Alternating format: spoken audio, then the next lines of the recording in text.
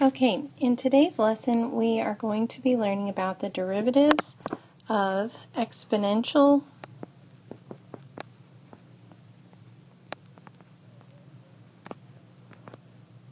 inverse trig,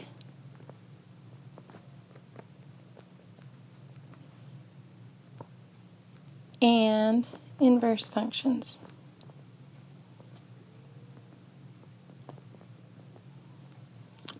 So you should refer to the note cards on formulas for each of those before going through these examples. So our first example is going to be y equals e to the negative 5x squared. We're going to take the derivative of this. So the derivative of y with respect to x will be equal to, now this is a composition of functions. Negative 5x squared is the inside function, and e to the x is the outside function. So we're going to need to use the chain rule to do this. So we're going to take the derivative of the outside function, which is e to the x, giving us e to the, and we're going to copy the inside function, negative 5x squared. And then we're going to multiply this by the derivative of the inside function, which is negative 10x. And then generally we'll clean it up by putting the negative 10x in front. Then we don't need parentheses. E to the negative 5x squared. And that's the answer. Oops. Let's see now. Number 2. Y equals the natural log of the cosine of e to the x. Again, this is a composition of functions, so the outside function is the natural log of x. So when we take the derivative of y with respect to x, we just do 1 equals 1 over the inside function, cosine of e to the x power, and then we multiply that by the derivative of the inside function, which is another composition of functions. So, to take the derivative of the cosine of e to the x, we start with the derivative of the outside function, which is the cosine. Derivative of the cosine is the negative sine.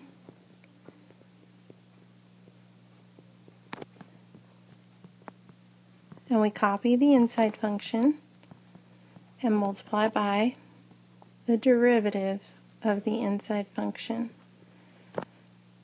And what is the derivative of e to the x? That's one of our new rules today. The derivative of e to the x is the easiest one. It's just e to the x. So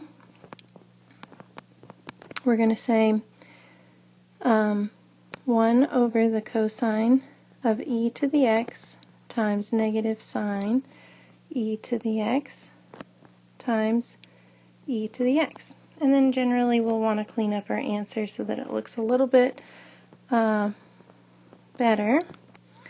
So I can put negative e to the x sine e to the x over cosine e to the x. And one way to make this even simpler is to remember that the sine over the cosine from pre-cal is equal to the tangent. So we can call this negative e to the x tangent e to the x. And that's the answer. Okay, next example.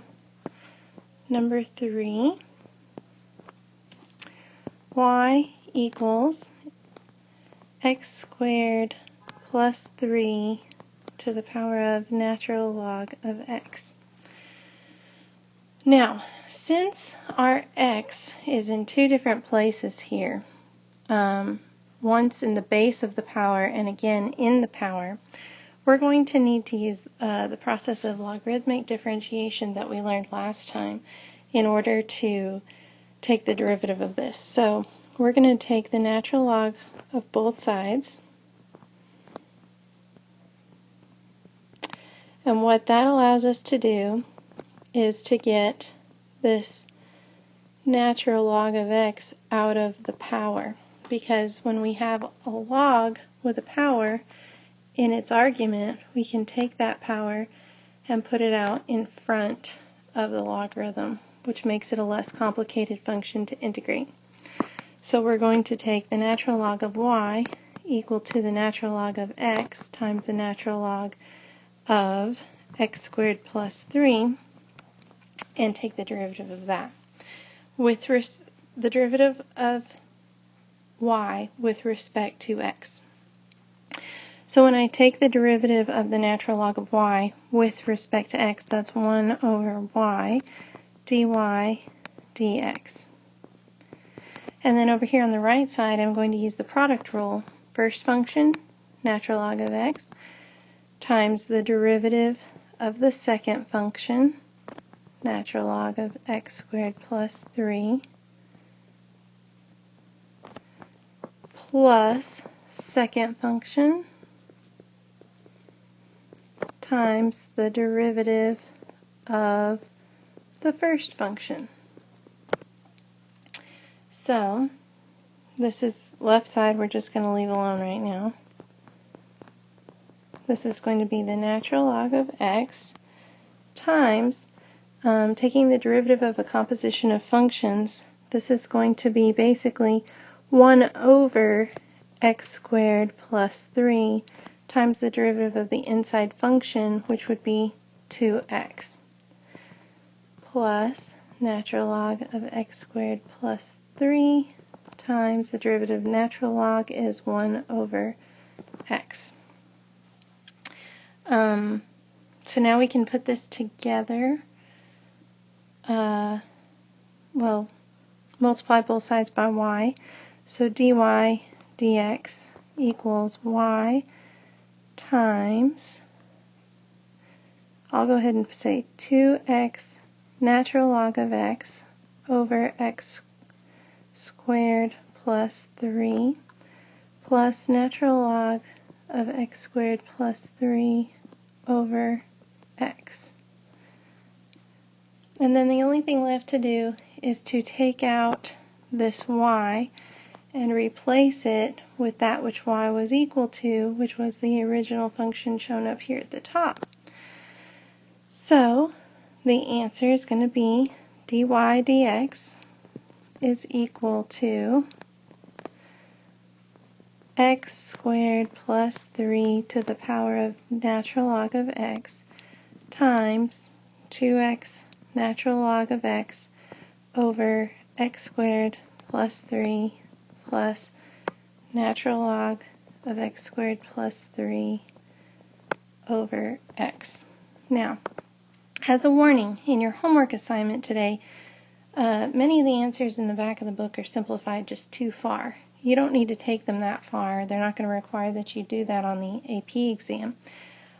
You've already taken algebra. You know how to simplify functions completely, getting a common denominator, adding these fractions, distributing this term that's in the front of the brackets. That's not necessary. This answer is fine. So I will have my answers posted on my website for you to look at and make sure that you are getting them simplified to a point that's reasonable, and yet not overdoing it, because the rest of the work is just algebra.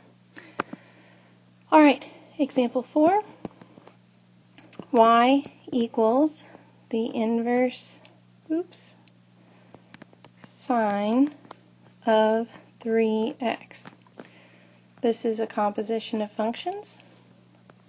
Our inverse sine function is one we just learned the rule for today.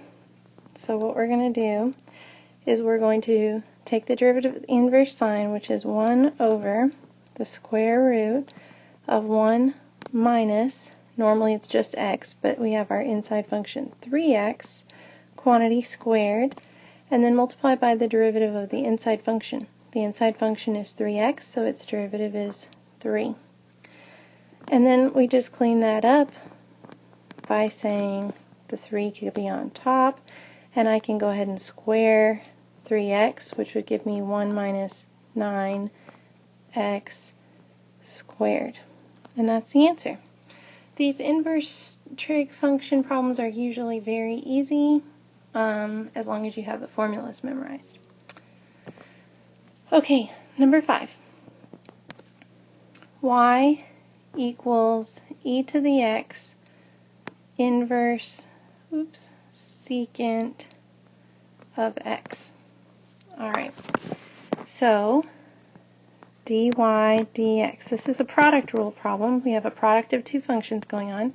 So I'm going to take my first function times the derivative of my second function plus my second function times the derivative of my first function from the product rule formula.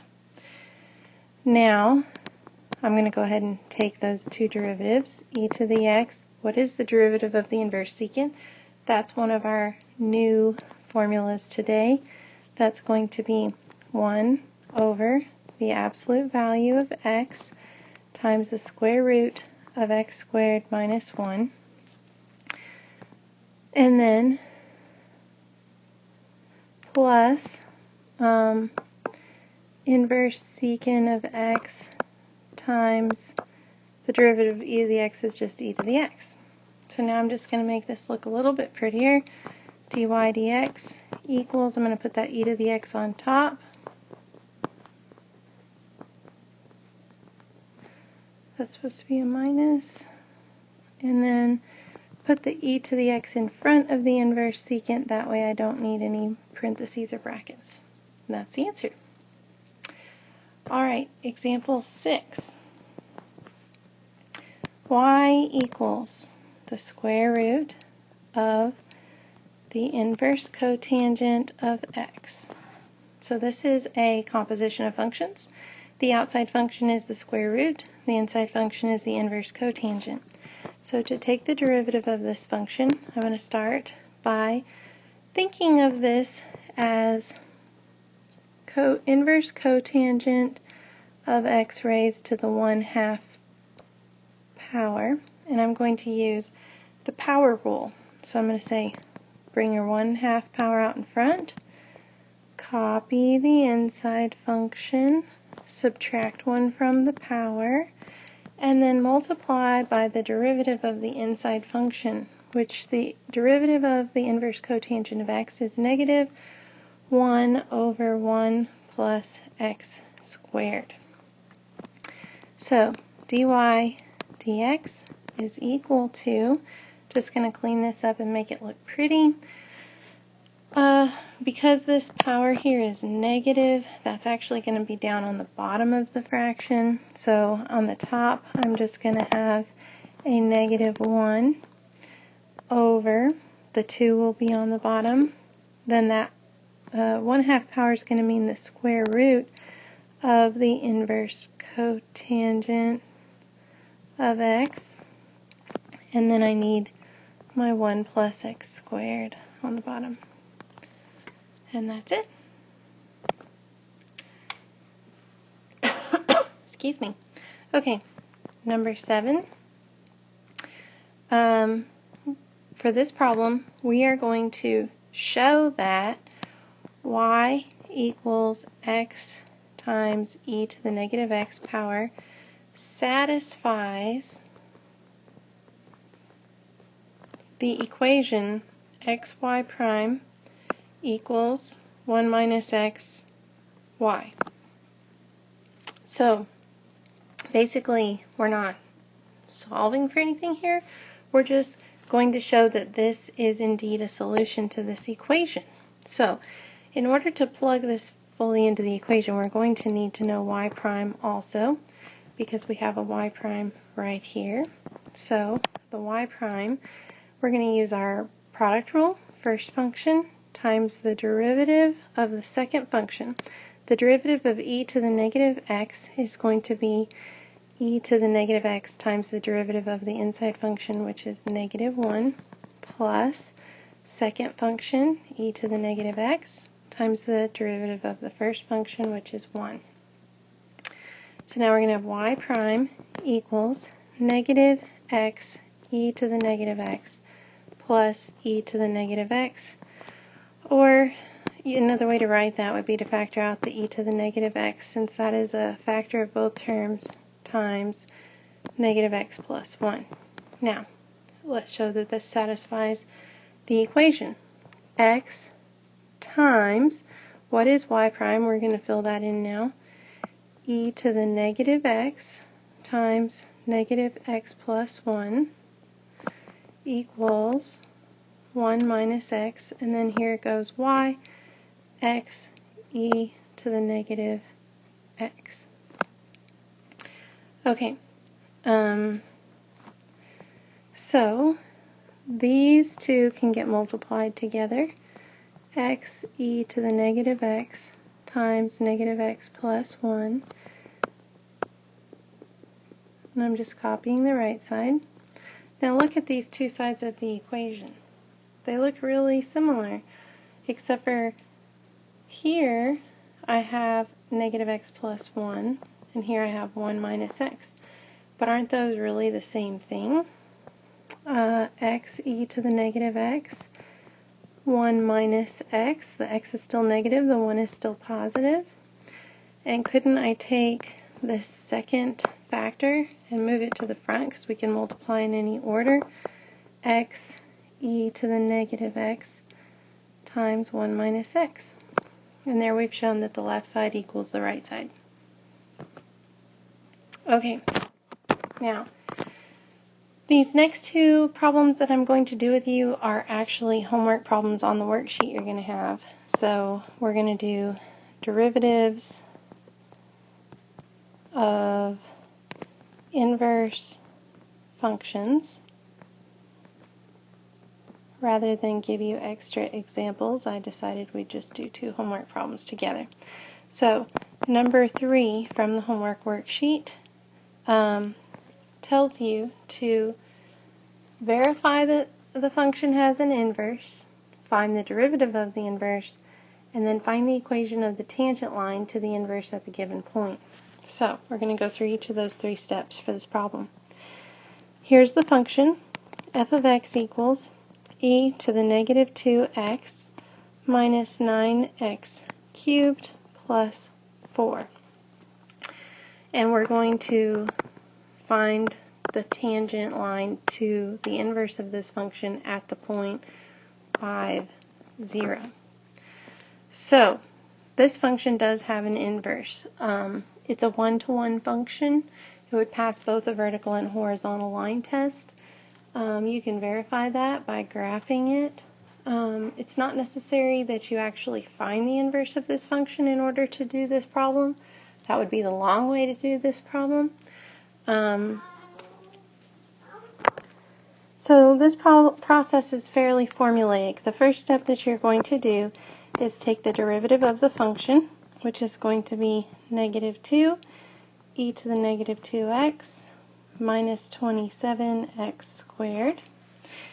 And then to get the derivative of the inverse of this function, you're going to put 1 over, and then you're going to basically put this f prime of x, except for change your x's to y's. You're basically switching the x's and the y's like you do when you find the inverse of a function.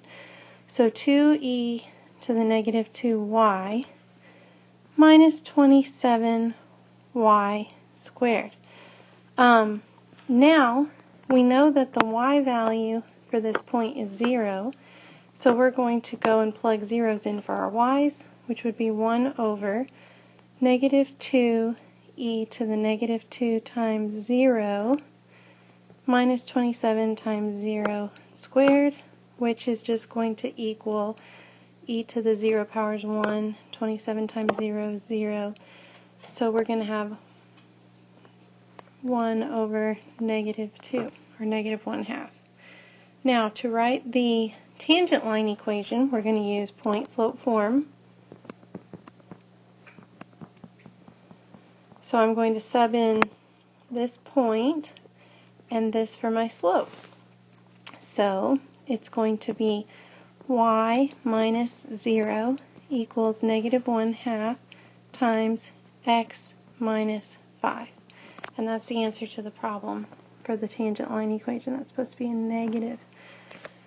You can simplify this problem, like not have minus 0, just leave it as y equals. It's personal preference. The AP exam will take it in point slope form every single time. It's really the preferred form for calculus. So we've got one more example, then you'll be ready for your homework. This is number 4 from the worksheet that you're going to be doing for your homework. F of x equals x to the 7th plus 2x plus 9. So step 1, take the derivative.